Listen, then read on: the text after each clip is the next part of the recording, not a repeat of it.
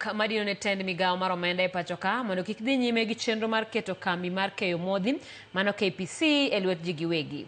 Ma tok riwruok mar Consumers Federation of Kenya chwalo ng'ure doho mar chungo chenro ma kamano. Jafwambo marwa Finyakidi ni kod ler.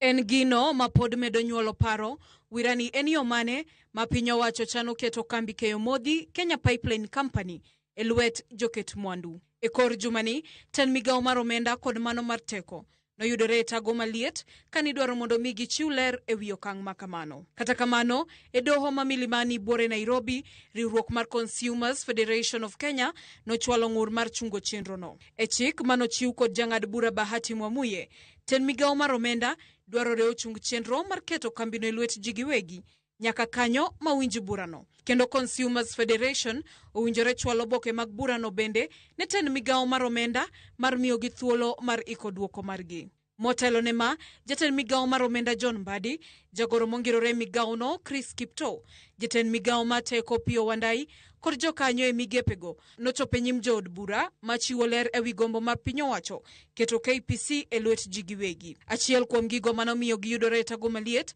ne en rem mar gichiwo ler ni kambino ikete lwet ng'a, gi nengo mane, to gin okenge mage mibiro keti maneno ni chenro no otime yor adier. Jood bura bende noketo liet ni kaluwore gi lwasi mar siasa pachoka nyaka kuong kaw pach jopiny kapok gichweyo kogno. To the House, we approved the sale of KPC. No, I didn't say that. You said that this thing, you said about the Can I clarify? Yes, just clarify and put it in the better way, because from the time the budget was passed in June, we are in August.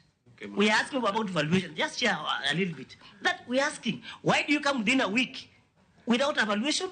And the valuation that you have, that we have provided, is basically the net, the book value of this company as it stands today, which will not really be a key pointer when it comes to going to list this company in the stock exchange. Because what you will be looking at will be a forward-looking valuation. The business valuation that should be attained once it's done definitely should be much higher than the book value. Kata kamano, ne gilero ni piny Kenya biro yudo yuto mabup, ponono ni jood bura opodho okang' ma kamano.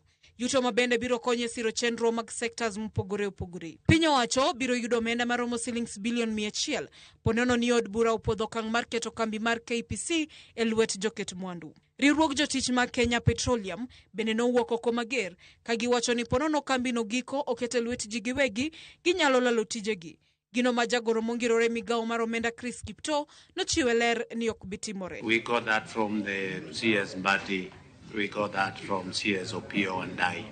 And Mbadi was very categorical.